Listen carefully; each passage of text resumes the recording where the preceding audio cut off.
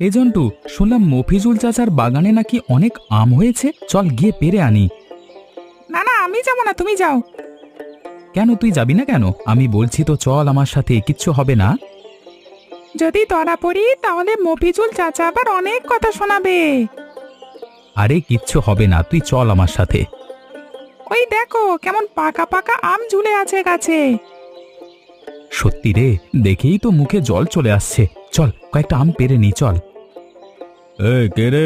কে আম বাগানে চুরি করতে ঢুকেছিস? কে?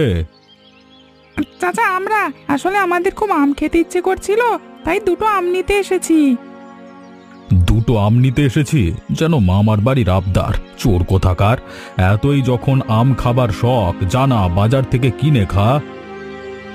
দেখো মফিজুল চাচা, তুমি একদম আমাদের নামে বদনাম করবে না। আমরা মোটেও চোর নই যে তোমার বাগান থেকে আম চুরি করব। তোমার বাগানের আমগুলো খুব ভালো লাগলো, তাই দুটো নিতে এসেছি। এতে এমন ভাবে বলবার কি আছে? হায় রে, কি দিনকাল পড়লো! এখন তো দেখি চোরের মায়ের বড় গলা, চুরি করবার মতো চুরিও করবে, আবার গালি গালাজও করবে। ফালতু ছোট লোকের দল, বাপ মায়ের কোনো শিক্ষা নেই। দেখো মফিজুল চাচা, বাপ মা তুলে কথা বলবে না কিন্তু। আমার কিন্তু মাথা গরম হয়ে যাচ্ছে বলে দিলাম। কথা শোনাবে না তো কি করব ভিখিরির দল? কোনোদিন আম কিনে খেয়ে দেখেছিস কেমন লাগে? সারা জীবন তো ওর বাগান থেকে চুরি করে খেলি। মুখ সামলে কথা বলো মফিজুল চাচা। অনেকক্ষণ ধরে তোমার অপমান সহ্য করছি, আর সহ্য করবো না বলে দিলাম। কত বড় সাহস! আমাকে চোখ রাঙা হতচ্ছাড়া! এই কি করবি রে তুই, কি করবি? কি করব দেখবে, এই দেখো তবে। হ্যাঁ হ্যাঁ হ্যাঁ।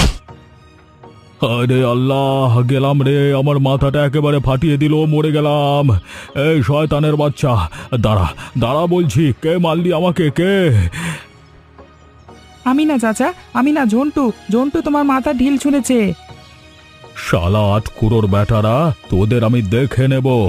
আমার মাথা ফাটিয়ে দেওয়া এর ফল তোদের ভুগতে হবে বলে দিলুম। তোমাকে সেদিন নদীতে যেতে কতবার করে বারণ করলাম, যেও না যেও না, আমার একটা কথাও তুমি শুনলে না। আমি তো সেই কত ছোট থেকে মাছ ধরছি, আমি কি আর বুঝতে পেরেছিলাম যে নদীতে গিয়ে এরকম ইনফেকশন হবে? এখন যে ইনফেকশন বাঁধিয়ে শুয়ে আছো, সামান্য একটু হাঁটা চলাও পর্যন্ত করতে পারছো না। এখন কিভাবে চলবে তুমি বলো তো? আমাদের কপালটাই খারাপ গিন্নি। ঘরে এত বড় ছেলে আছে, সে তো পারে একটা দিন নদীতে যেতে, কিন্তু না, এ পাড়া ও পাড়া করে সারা দিন ঘুরে বেড়ায়। আমি তো কত করে বোঝাই, ও কি আমার একটা কথাও শোনে? এই তো দুটো দিন সংসার পুরো বন্ধ, কিভাবে যে পরের দিনগুলো চলবে ভগবানই যে জানে। তুমি চিন্তা করো না গিন্নি, আমি তাড়াতাড়ি সুস্থ হয়ে উঠি, আমি আবার আগের মতো কাজে যাব। আমার চিন্তা তোমাকে নিয়ে গো। আমি তো সারাদিন ভাবি, তোমার কিছু হয়ে গেলে আমাদের কি হবে? আমাদের যা ছেলে। কি করবে চিন্তা করে বলো? চিন্তা করে তো আর কিছু হবে না, কপালে যা লেখা আছে তাই হবে। সেই তো ভগবানের উপরই ভরসা করেই তো বেঁচে আছি গো। আমার একটাই দুঃখ থেকে গেল, পল্লব যদি আমার পাশে থাকতো, আমার সাথে একটু কাজ করতো, আমার খুব ভালো লাগতো গো। তাহলেই হয়েছে, ও কাজে গেলে তো সূর্য অন্যদিকে উঠতো। ওকে একটা কথা বললেও শোনে, মানুষ বলেই যে মনে করে না আমাদের। ঠিক আছে, আর দুঃখ পেও না। কি করবে বলো, আমাদের কপালটাই খারাপ। ওরে বাবা, মাথায় কি ব্যথা করছে! আমি তো চলতেই পারছি না, এবার বোধহয় অজ্ঞান হয়ে পড়েই যাব।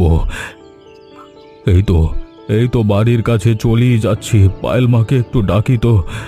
পায়েল, ও পায়েল, একটু বাইরে আয়। এ কি বাবা, তোমার এ কি অবস্থা? এখানে এসে বসো বসো। তোমার মাথা ফাটলো কিভাবে? কত রক্ত বেরোচ্ছে। এত প্রশ্ন করিস না রে মা, আমি আর দাঁড়িয়ে থাকতে পারছি না। আমাকে আগে একটু বসতে দে, তারপর আমি তোর সব প্রশ্নের উত্তর দিচ্ছি। হ্যাঁ বাবা, বলো এবার। পল্লব আর ঝন্টু নামে আমাদের গ্রামে দুজন বদমাইশ আছে না,